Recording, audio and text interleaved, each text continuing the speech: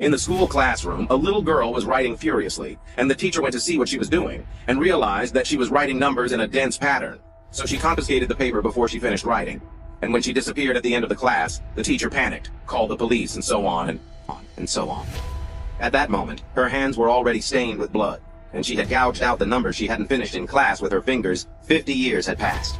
And on that day when the school celebrated its 50th anniversary, 2 janitors took out a time capsule from the ground.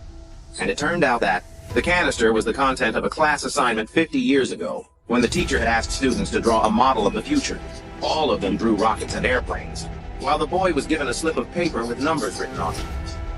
The boy's name was Peggy.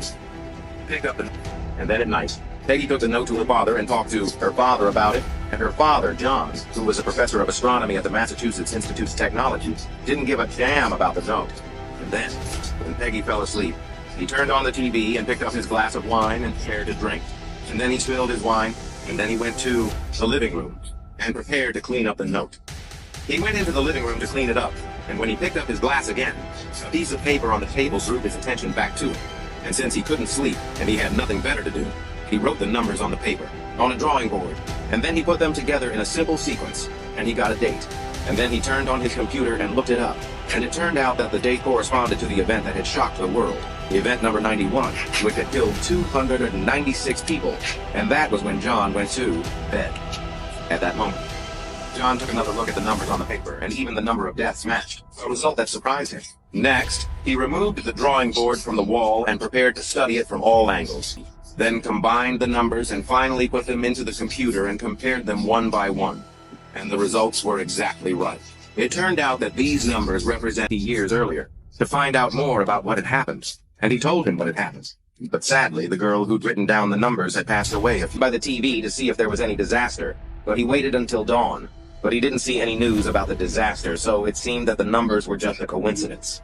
At that moment, he was driving to pick up his son from school because it was raining and the line of sight was not good. There was an accident on the road. He was blocked in the road, so he called his sister and asked her to pick up the boy. Then he saw the navigation system of the car, and then looked carefully at the coordinates on the circles on the paper were the coordinates of the disaster, which meant that this was the location of the disaster. So John got out of the car to check it out. But the police officer told him that it was just a normal traffic accident and only 2 people had minor injuries. The police officer was so shocked by the scene that he turned around. Effort to prevent the disaster, John found the girl who had written the prophecy.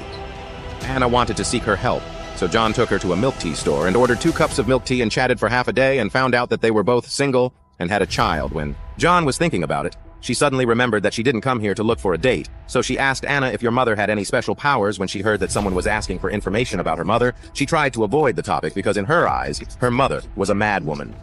When John kept on asking, Anna got impatient and walked away, and John followed her up. I followed your mother's prediction and I saw 81 people burned to death on that plane yesterday. And what she said would happen is that the police don't give a damn, and the street is still crowded with people. And he runs to the subway station right away. And suddenly, a man in a hat catches his attention, and he looks like he's carrying something. And he looks like he doesn't look like a nice guy.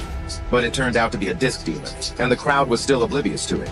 But the real disaster had just come, and we saw a derailed subway, and there was a flash of sparks and a bolt of lightning, and it was rushing this way with a speed of 10 yards. And before the crowd could react, the subway went headlong into the crowd. Before the crowd could react, the subway went headlong into the crowd. When John returned home, he found Anna sitting in front of his house with her daughter because he had no choice but to pack it up and take it home to study. As they were about to leave, John turned around and stepped on a stone on the ground. After looking at it carefully, he suddenly remembered that he had seen a mysterious man give a similar stone to his son. Then John lifted up the bedpan, and it turned out that on the back of the bedpan, it was clearly written that the 2 billions written on the paper stood for all people. This would mean that the last catastrophe would be the end of the world, and they were amazed at this thought.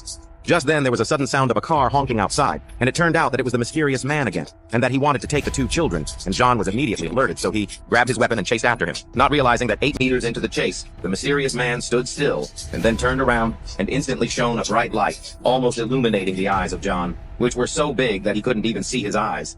And then, by the time he reacted, the mysterious man was nowhere to be found. By the time he reacted, the mysterious man was nowhere to be found. The next morning, John overheard a little girl drawing the sun, and it reminded him of something. So John immediately rushed to the MIT observatory with his team, turned on the computer, and then found a paper he had published. And then John realized that The final catastrophe was a super explosion of the sun, and now there was no one to stop it. There was no stopping this catastrophe. Anna, not wanting to be a sitting duck, suggested that she hide in a cave. John knew there was no point in hiding, but he nodded his head and went home to collect his things. When she woke up, so he had carved the rest of the numbers into the school's doorway. John seemed to understand what was going on, so he turned around, went to the school, found the doorway where the numbers had been carved, and then cleaned off the surface of the paint, and a coordinate appeared, and the numbers corresponded to. John was about to shoot, but his son suddenly came over to him and told him that these people were not bad guys, but they were here to get us out of the Earth to escape from the disaster. And as soon as he heard the sound of the voice, a starship came into the sky. And John realized that these mysterious people were the fabled extraterrestrials. And he thought that it was still a dead end to stay on the Earth, and he might as well go with them. But the extraterrestrials blocked his way, so he could only go with them. But the aliens blocked his way, so only the children they chose to go with them, no matter how much John begged. The aliens were as indifferent as if they didn't have any feelings. So John said goodbye to his son, so that he could keep his 2 children alive. And then there was a flash of white light, and they took the children with them and left. And John could only go back to the city, which was already a mess, were robbed. But John chose to go home, to wait for his death with his family, in peace. In the face of natural disasters, the power of man is always so small that no matter how hard you try, in the end, nothing can change it. And this is the end of the story.